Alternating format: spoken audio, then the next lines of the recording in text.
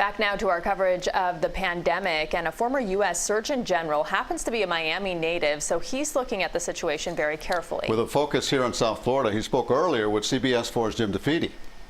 Because many states have put in strict stay-at-home measures, we are now starting to see some of the results of that, and I think we are on a better curve, but we are nowhere near out of the woods yet, and we still have many states which have not gone the full distance and made sure that stay-at-home orders are in place. Unfortunately, my home state of Florida is one of those states, and this is one of those times when you cannot take half measures.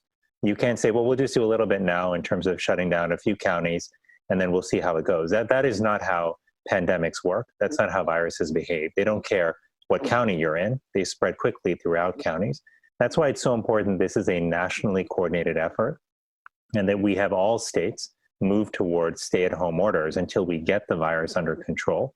If you care about saving lives, if you care about the long-term health of the economy, you've got to issue those orders right now. And as you noted, the governor of Florida, Ron DeSantis, has not issued that. Do you consider that irresponsible on his part? Well, I have no doubt that the governor is trying to do what he thinks is in the best interest of the people. But what I would advise him as a public health expert and as a physician is that the best way to achieve the outcomes that I'm sure he wants and that all of us want, which is to minimize the loss of life, to minimize the number of people who get sick, and to ultimately minimize the damage to the economy, is to issue a stay-at-home order now. It should have been done, frankly, weeks ago throughout the entire country. And every day that we wait is a day that the virus continues to spread. The issue of testing comes into play here. When we see maps of the United States where the number of cases have been reported, and you see large swaths of the country that seem to have a low number of cases, that may be deceptive, correct? In terms of we may not have done adequate levels of testing to know for sure how far the virus has spread currently. In many parts of the country, physicians have just given up on testing people who have mild to moderate illness because the shortage is so severe, they're trying to save the tests for people who are severely ill.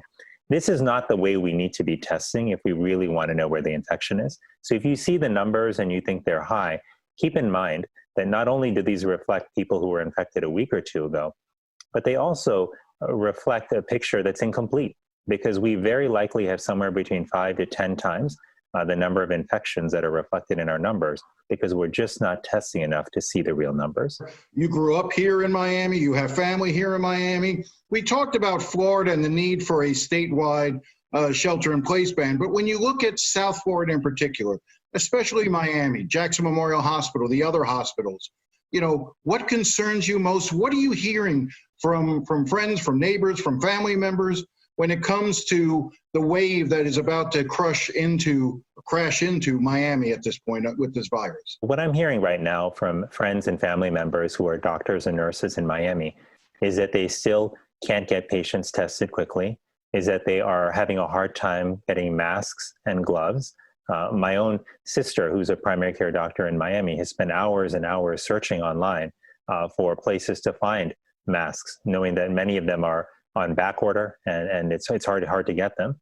And so I worry about the health of our healthcare providers, recognizing that as they do what they do so bravely every day, which is to go to the front lines and to help care for people who are ill, that they're putting themselves at risk. And as they start to get sick, that's when we'll see the real crunch, because we're going to have a growing number of people who are sick who need care and a diminishing number of healthcare workers who can provide that care either because they're sick or because they're quarantined.